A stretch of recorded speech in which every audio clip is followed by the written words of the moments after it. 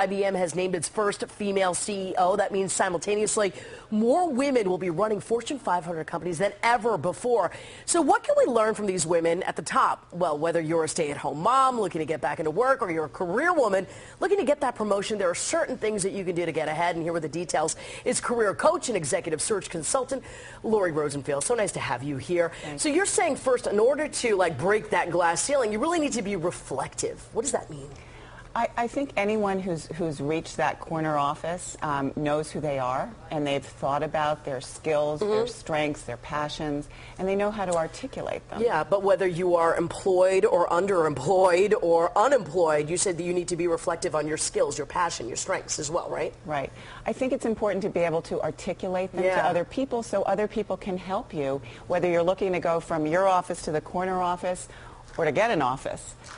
If you can be clear about who you are and what your strengths are, other people can help you. Because it's so difficult for a woman to really advocate for themselves and say, hey, these are my strengths, this is my passion, this is what I want to do. Right. Sort of cultural in a weird way. It is. I think sometimes if you're having trouble figuring that out yourself and talking about yourself, talk to friends, talk to people who really know you, see how they see you. Sometimes it's easier to see yourself through someone else's eyes. That's so true.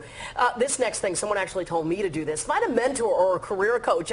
But where do you start, really? Because I'm sort of confused on that. Well, I think I like to differentiate between a mentor and a coach. I think if you're at a company and you're looking to rise up the ranks, you're just looking to further your career, I think looking for a mentor, someone you admire and really respect. And I don't suggest going and saying, will you be my mentor? Yeah. I think you want to, it's all about building a relationship. You can go to someone, ask them for advice, say, I see you're really great at this, I'd love to learn how to do this, do you think you could give me some tips? Is it as simple as that?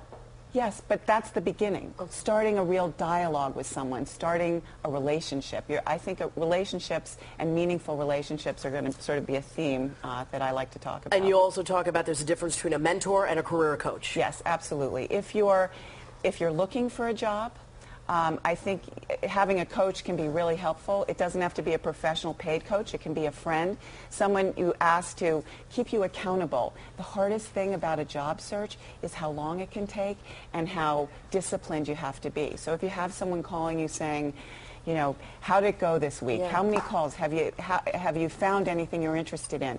Keeping you accountable will keep you going. That's also true. Let's talk about adopting a learning perspective. This is kind of one of my favorites. I think that anyone who's reached senior level at a CEO level will say that they've learned from their successes, probably also a lot more from their failures.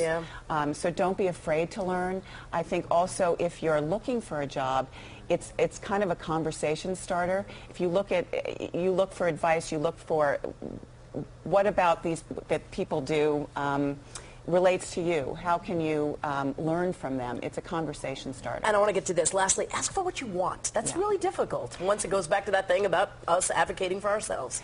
I think we women often have a hard time, for many deep psychological reasons we won't get into here, asking for what we want. I think senior level people know what they want. They have goals. They know how to set out and achieve those goals, and I think we can learn a lot from that. Be clear, be excited. Thank you for giving us all this information.